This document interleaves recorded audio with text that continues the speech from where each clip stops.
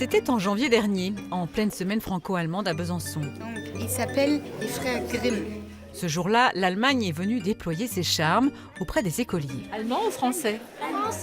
Français. Ces rencontres, on les doit à la signature du traité de l'Élysée le 22 janvier 1963 pour sceller la réconciliation et l'amitié franco-allemande. Schleswig, Holstein. Holstein. Et vous habitez en Bourgogne-Franche-Comté, c'est bien ça? Oui.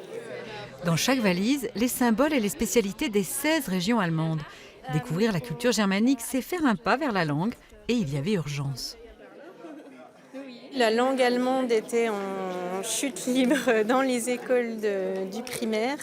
Il y a une relance qui est venue du ministère donc, depuis la rentrée 2015. Et donc, il y a un petit peu plus d'écoles où l'allemand est proposé. Après, ce n'est encore pas le cas de toutes les écoles de l'académie, loin de là. Une relance de l'enseignement de l'allemand au primaire qui ne doit rien au hasard. Je crois qu'il y avait des lettres, entre autres, de ma ministre-présidente, avec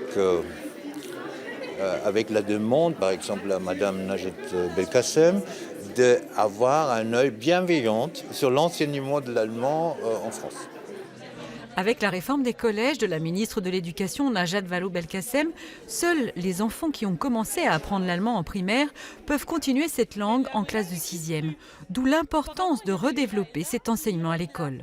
Sans allemand au primaire, il n'y aura plus de classe bilingue et donc de moins en moins d'élèves qui apprendront l'allemand au collège.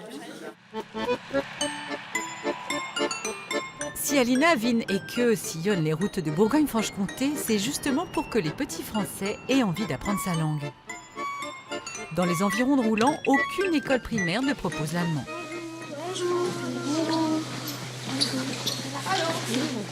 L'année prochaine, ces petits sixièmes vont choisir une seconde langue. Et la concurrence est rude avec l'espagnol.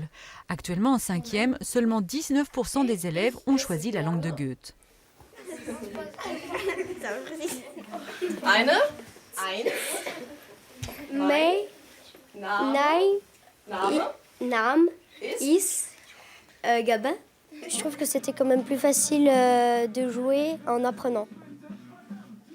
Donc l'année prochaine, vous avez pris votre décision ? Oui, moi je pense que je vais faire allemand, oui. Moi aussi. Ça ouvre plus de portes dans le futur.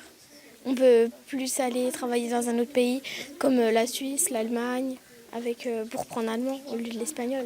Beaucoup pensent que l'espagnol c'est plus facile, qui choisissent l'espagnol comme ça. Et ça, c'est juste pour leur donner une première impression sur l'allemand.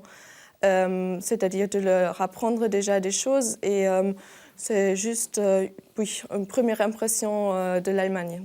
Ich bin 24 Jahre alt.